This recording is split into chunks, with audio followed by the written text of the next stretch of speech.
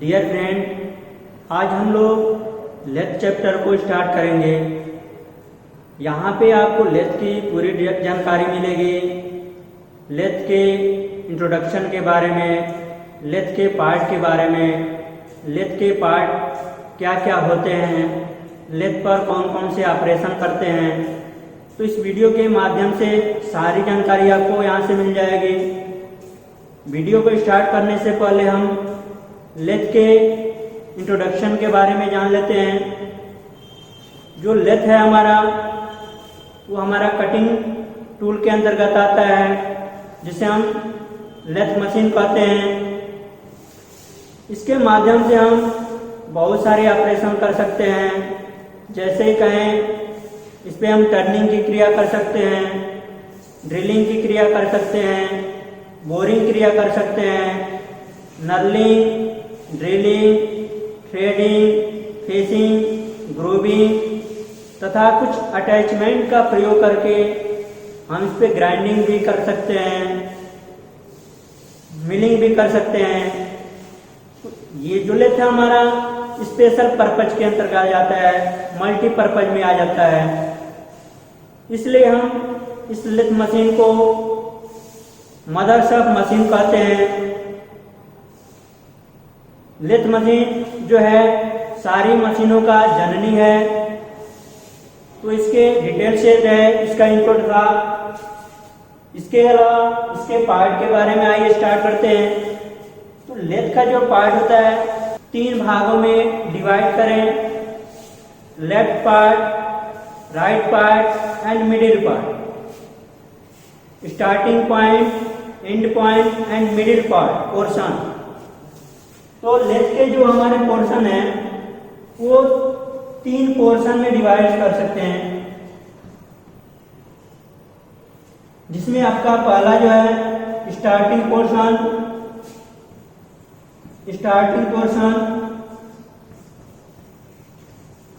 दूसरा है middle portion,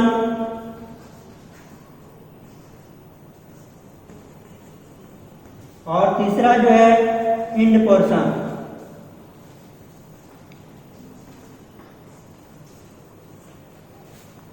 तो जब हम लेथ मशीन पर खड़े होते हैं, तो बेसिकली हम बात करें तो लेथ को 3 पोर्शन में डिवाइड कर सकते हैं, जिसमें जो पहला होता है लेफ्ट पोर्शन होता है, सेकंड जो होता है मिडिल पोर्शन होता है, और थर्ड जो होता है राइट पोर्शन होता है। जैसे अगर हम लेथ के सामने खड़े हैं, तो ये जो हमारा लेफ्ट पार्ट है, ये हमारा फर्स्ट पोर्शन के अंतर्गत आता है।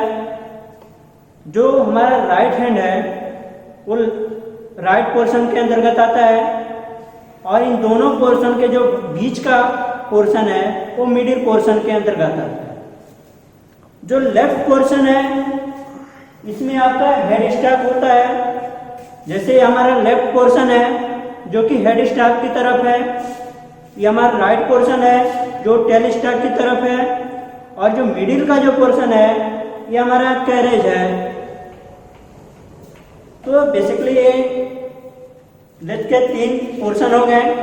इन तीनों पोर्शन में अलग अलग पार्ट अटैच होते हैं। हम उन पार्टों को प्रैक्टिकली रूप से आपको एक एक बाय करके यहाँ सारे पार्ट को दिखाएंगे कि लेफ्ट पार्ट में जो हेड स्टॉक होता है उसमें कौन कौन से पार्ट होते हैं। जो मिडिल पार्ट होता है जिसमें कैरेज आता है, इस कैरेज के अंतर्गत कौन कौन से पार्ट आते हैं। जो राइट पोर्शन है जो कि टेल स्टॉक होता है, इस पार्ट के अंतर्गत कौन कौन से पार्ट होते हैं। तो आइए हम इस वीडियो को आगे लेके बढ़ते हैं और प्रैक्टिकली देखते हैं कि कौन कौन से पार्ट हैं। तो सबसे पहले हम हेड स्टॉक से स्टार्ट करेंगे। तो ये हमारा हेड स्टॉक है, जो कि आपको सामने ये दिख रहा है। यही हमारा हेड स्टॉक है। इसमें हमारे बहुत सारे पार्ट अटैचमेंट हैं, जैसे कि हमारा स्पिंडल है, चक है, स्टेप पुली है, गियर बॉक्स है, स्पीड चेंज लीवर है। यहाँ पे आपको चक दिख रहा है और ये मोटर अटैच है। इसके अंदर और सारे पार्ट हैं जो कि इस मशीन के द्वारा आपको नहीं दिखाया जा सकता है, क्योंकि सेफ्टी के दृष्टिकोण से इसको कवर कर दिया गया है। आइए इस पार्ट को देखने के लिए हम आपको दूसरे लेथ मशीन पे लेके चलते हैं। ये लेथ मशीन का हेड स्टॉक है। हेड स्टॉक का मतलब होता है, हेड का मतलब होता है सिर। तो हम इस लेथ मशीन को सिर कह सकते हैं।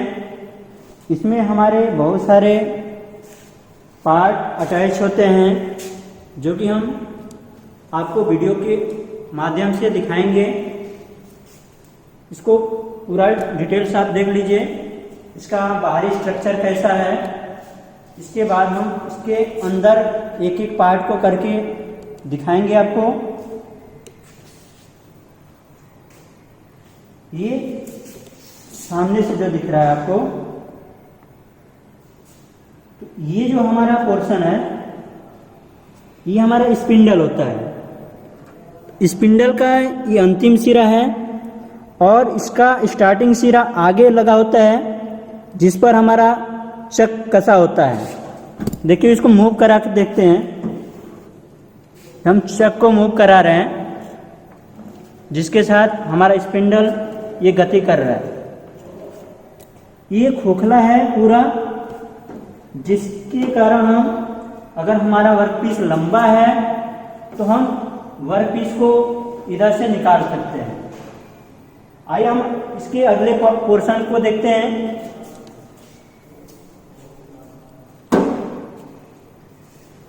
जो स्पिंडल है ये पूरा हमारा स्पिंडल है, पूरा यहाँ तक आता है। और स्पिंडल के जो अगला सिरा है इस पर बाहरी चूड़ियाँ कटी होती हैं। इन्हीं बाहरी चूड़ियों के माध्यम से इस चक को कसा जाता है। ये जो है आपका फोर्जा चक है, ये फोर्जा चक है। इसमें देख रहे हैं ये 4 जबड़े हैं। काउंटिंग कर लेते हैं। ये 1, ये 2, ये 3 और ये 4। यहाँ देखिए फिर से हमारा 1 आ जाएगा। तो ये हमारा फोर्जा चक है। इसका काम होता है कि हमारा वर्कपीस जो है अनियमित जाप का है, अनियमित साइज का है, तो उस जाप को हम इस चक के माध्यम से कर सकते हैं और उसका सेंटरिंग कर सकते हैं। आगे हम चलते हैं। स्पिंडल पर और कौन कौन से पार्ट लगे होते हैं। स्पिंडल पे आप देख रहे हैं ये हमारा स्टेप पुली है और दूसरा जो स्टेप पुली है ये है जो कि मोटर का स्टेप पुली है। इन दोनों पुलियों को अटैच करने के लिए आपके पास ये बेल्ट दिख रहा है। ये 2 बेल्ट हैं जिस पर नीचे की ओर ये दांते बने हैं। ये वाला इसका काम होता है कि जब हम गति इसको देते हैं तो ये दांते इसको फिसलने से बचाते हैं। स्टेप पुली जो है देखिए इसका डायमीटर बड़ा है और इस साइड जब देखेंगे तो यहाँ पे जो डायमीटर है सेम है। जब इस बेल्ट को चेंज करते हैं तो अगर बेल्ट इस यहाँ पे छोटे स्टेप पुली पे आता है तो ये बेल्ट बड़े वाले स्टेप पुली पे चढ़ जाता है, जिससे इसका डिस्टेंस इक्वल रहता है। क्योंकि ये बेल्ट हम की लंबाई कभी बढ़ घट नहीं सकती है, तो इसी बेल्ट को एडजस्ट करने के लिए एक साइड डायमीटर कम रखा जाता है और दूसरे साइड अधिक रखा जाता है। इसके अलावा आइए हमारा ये जो पोर्शन आपको दिख रहा है, ये वाला पोर्शन,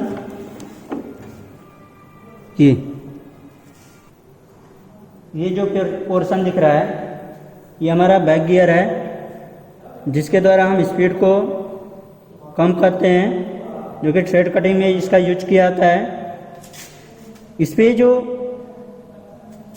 दांते कटे हैं, वो देख रहे हैं एक किसी एंगल पे कटे हुए हैं। इस दांते को हम हेलिक्स एंगल कहते हैं। इससे क्या होता है, हमारे कांस्टेंट पावर मिलता है, स्लिप नहीं करता है, इसलिए इस गियर की प्राथमिकता दी जाती है।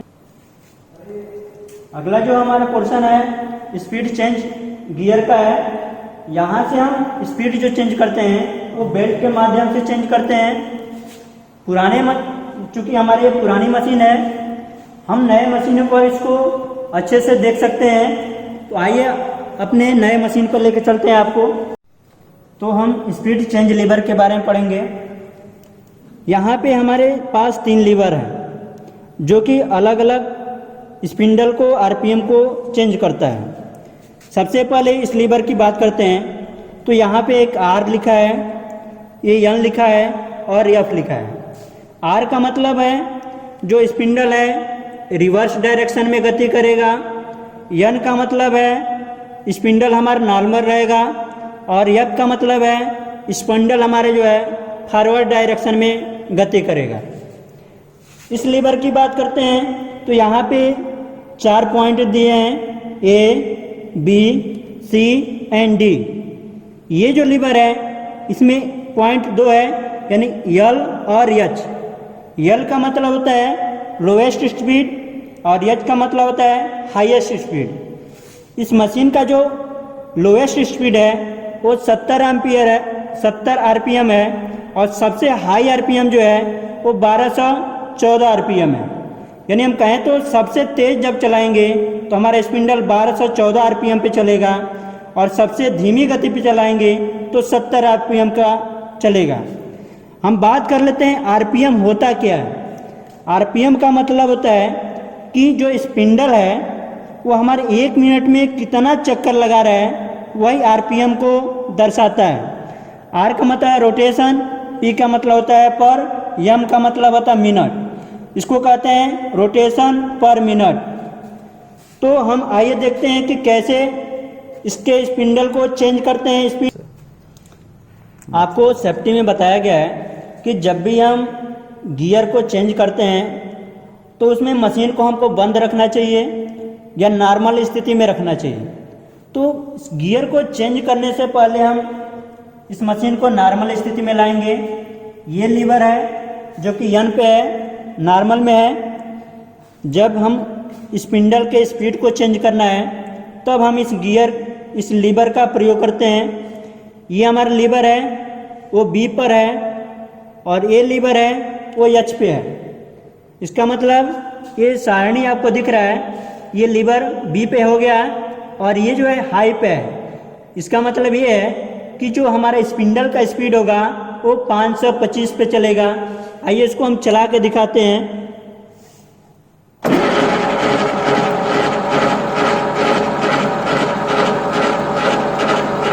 चूँकि ये फॉरवर्ड में है और ये रिवर्स में हो गया। यहाँ पे रिवर्स और फॉरवर्ड लिखा हुआ है, ये जिसके द्वारा हम चक के गति को चेंज कर सकते हैं कि फॉरवर्ड में चलाना है कि रिवर्स में चलाना है। अब हम लोग लेथ मशीन के टेल स्टॉक के बारे में पढ़ेंगे। इसके बारे में जानने से पहले हम इसके पार्ट को डिफाइन कर देते हैं कि इसमें कौन कौन से पार्ट अटैच हैं। ये जो आपका पार्ट है जिसको हम हैंडव्हील कहते हैं, ये हैंडव्हील एक हमारे स्क्रू थ्रेड के माध्यम से जुड़ा हुआ है जो यहाँ नट से कसा हुआ है। इस नट को कसने का मतलब है कि ये हमारा जो हैंडव्हील है बाहर नहीं आएगा इस थ्रेड से, इसलिए इसको नट को कस दिया गया है। इस हैंडव्हील के आगे दिख रहे हैं आपका एक पैमाना बना हुआ है, ये आपका 0 लाइन है और 0 से ये 10 आएगा, फिर 20 आएगा, 30, 40, 50, 60, 70, 80, 90 और ये फिर 0 आ जाएगा। इसका मतलब ये 100 भागों में डिवाइड है। तो इस तरह हम जब भी बैरल को आगे बढ़ाते हैं तो हम यहाँ से देखते हैं कितने हमको बैरल को आगे ले जाना है या पीछे लाना है। तो इस अनुसार हम जब इसको इस डायरेक्शन में घुमाएंगे तो हमारा बैरल आगे जाएगा और जब पीछे घुमाएंगे तो बैरल पीछे आएगा। आइए बैरल को देख लेते हैं। ये आपका बैरल है, आपको और बाहर करके दिखा देते हैं। ये आपका बैरल है, देखिए ये इसी को हम बैरल कहते हैं, इसको स्पिंडल भी कह सकते हैं। इस स्पिंडल के अंदर ये अंदर होल है और इस होल के अंदर हमारा एक मोस्ट टेपर बना होता है। इस मोस्ट टेपर का मतलब होता है, ये आपके सामने जो एक डेड सेंटर दिख रहा है, इस पे आपको टेपर, ये वाला सतह टेपर है जिसको हम इसके माध्यम से इसमें अटैच करते हैं। तो इस पे भी हमारा मोस्ट टेपर होता है। इस पार्ट को हम डेड सेंटर कहते हैं। इस पार्ट को हमेशा हम टेल स्टॉक में ही यूज करते हैं, इसलिए ये हमारा डेड सेंटर कहलाता है। अगला जो पार्ट है ये हमारा बैरल को लॉक करने के लिए है, जिसको लॉकिंग स्क्रू कहते हैं या लॉकिंग नट भी कह सकते हैं। जब इसको हम लॉक कर देंगे तो इस हैंडव्हील को जब हम आगे पीछे घुमाएंगे तो हमारा बैरल आगे नहीं बढ़ेगा या ना पीछे आएगा, और जब इसको फ्री कर देंगे और हैंडव्हील को जब आगे पीछे घुमाएंगे तो हमारा बैरल आगे पीछे मूव करेगा। इसके अलावा इस टेल स्टॉक के दो पार्ट यहाँ से हैं, ये आपका बॉडी कहलाता है और ये हमारा बेस कहलाता है। यहाँ पे आपको ये लाइन दिख रही होगी स्लॉट, यहीं से हमारा दो पार्ट डिवाइड है। इसका कार्य होता है, जब भी हम ऑफसेट मेथड से टर्निंग करना होता है तो इसी के माध्यम से हम टेल स्टॉक को ऑफसेट करते हैं। यहाँ पे आपको एक स्क्रू दिख रहा होगा, ये आपका एक नट है और इसके पीछे एक नट होता है जो कि आपको दिखा रहे हैं पीछे, ये आपका नट है। इस नट को एक साइड से हम खोलते हैं और दूसरे साइड से कसते हैं। जब हमको इसको आगे गति देना है तो इस नट को हम ढीला कर लेते हैं और इस नट को कसते हैं, तो हमारा ये बॉडी है आगे गति करता है और बेस जो है अपने स्थान पे ही रुका रहता है। तो इस तरह से हम ऑफसेट मेथड से इसको आगे पीछे करें। ये जो हमारा व्हील है, ये जो आपका हैंडल है, इसके माध्यम से हमको टेल स्टॉक को जब आगे पीछे गति करना हो बेड पर तब हम इसका इस्तेमाल करते हैं। ये इसको हम लॉक भी कर सकते हैं और फ्री भी कर सकते हैं। इस समय जो इसकी पोजीशन है वो फ्री है और हमारा ये गति कर रहा है, इसको हम गति है। इसको जब नीचे कर देंगे तो ये हमारा लॉक हो जाएगा और जब इस पर फोर्स डालेंगे तो हमारा गति नहीं करेगा। तो हमको आवश्यकता अनुसार इसका यूज करना पड़ता है। हमको जाप जितना होता है उसी साइज से इसको एडजस्ट कर लेते हैं, उसके बाद से इसको लॉक कर देते हैं, तो हमारे टेल स्टॉक का कार्य होता है। अगला भाग है हमारा कैरेज, जो कि हम देख रहे हैं कि ये लेथ मशीन के दाएं और बाएं सिरे के मध्य में है। ये मिडिल पोर्शन होता है, यहाँ पे बहुत सारे पार्ट अटैच हैं। हम एक एक पार्ट को आपको दिखाएंगे और उसका यूज बताएंगे कि कब इसका इस्तेमाल किया जाता है। सबसे पहले हम इस पार्ट पे आते हैं। ये आपका टूल पोस्ट होता है, ये आपका टूल पोस्ट है जो कि यहाँ पे हम एक साथ 4 टूल को बांध सकते हैं। इसको हम 4-वे टूल पोस्ट या इंडेक्सिंग टाइप टूल पोस्ट कहते हैं। इस टूल के द्वारा, इस पोस्ट के द्वारा हम एक साथ 4 टूल यूज करते हैं। ये हमारा जो टूल पोस्ट है ये हमारे कंपाउंड स्लाइड पे ऊपर स्थित है। कंपाउंड स्लाइड इसका नाम इसलिए है क्योंकि इसके नीचे आप देख रहे हैं ये जो है ये आपका कंपाउंड है, इसलिए इसको हम कंपाउंड स्लाइड कहते हैं। इसको हम आगे पीछे गति व्हील के माध्यम से करते हैं। जब भी हमको टर्निंग करना हो, टेपर टर्निंग करना हो तो इसका इस्तेमाल करते हैं। ये जो भाग है, ये पार्ट आपको दिख रहा है, इसको हम क्रॉस स्लाइड कहते हैं, जो कि आपको यहाँ सामने से दिख रहा है। ये इसका क्रॉस वे है जिस पर एक क्रॉस स्लाइड गति करता है। ये देख रहे हैं, ये क्रॉस स्लाइड है, ये गति कर रहा है हमारा। जैसे आपको ये मार्किंग लाइन दिख रहा हो, ये मार्किंग लाइन है। जब हमको जितना mm इसको आगे बढ़ाना हो, इस हैंड व्हील के माध्यम से यहाँ आपको पैमाना दिख रहा है। इस पैमाने को जितना हम आगे बढ़ाएंगे, देख रहे हैं ये लाइन उतना ही आगे बढ़ रहा है। इस तरह ये आगे और ये पीछे इसको हम मूव कराते हैं। इसकी जो गति है वो स्क्रू के माध्यम से किया जाता है। आपको दिखा रहे हैं स्क्रू कहाँ है, ये आपका जब इसको आगे मूव कराएंगे तो आपके सामने ये दिख रहा है, ये जो पार्ट है इसी को हम स्क्रू कहते हैं, इसी के माध्यम से हमारा कैरेज आगे पीछे गति करता है।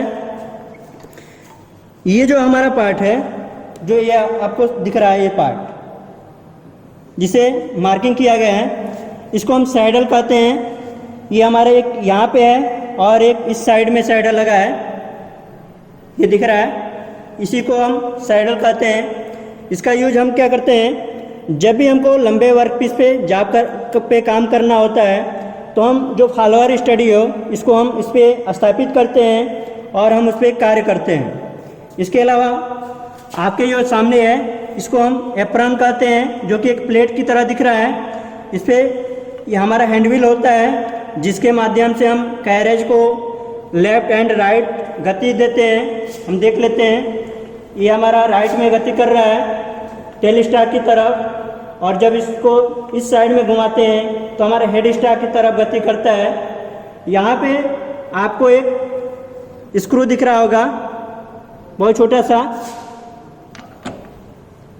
उसी से गति कराया जाता है। इसमें गियर अटैच होता है इसके द्वारा। इसके अलावा यहाँ पे एक ऑयल कैन लेवल बना होता है। जब भी हमको मशीन को चलाना होता है तो सबसे पहले मशीन की ऑयल लेवल को चेक करते हैं कि हमारी मशीन में ऑयल है कि नहीं। अगर हमारे मशीन में ऑयल नहीं है तो हमारे मशीन से आवाज़ आएगी, सही इसका गति नहीं हो पाएगा। तो इस चीज़ को ध्यान में रखना चाहिए कि लेवल हमारा होना चाहिए सही।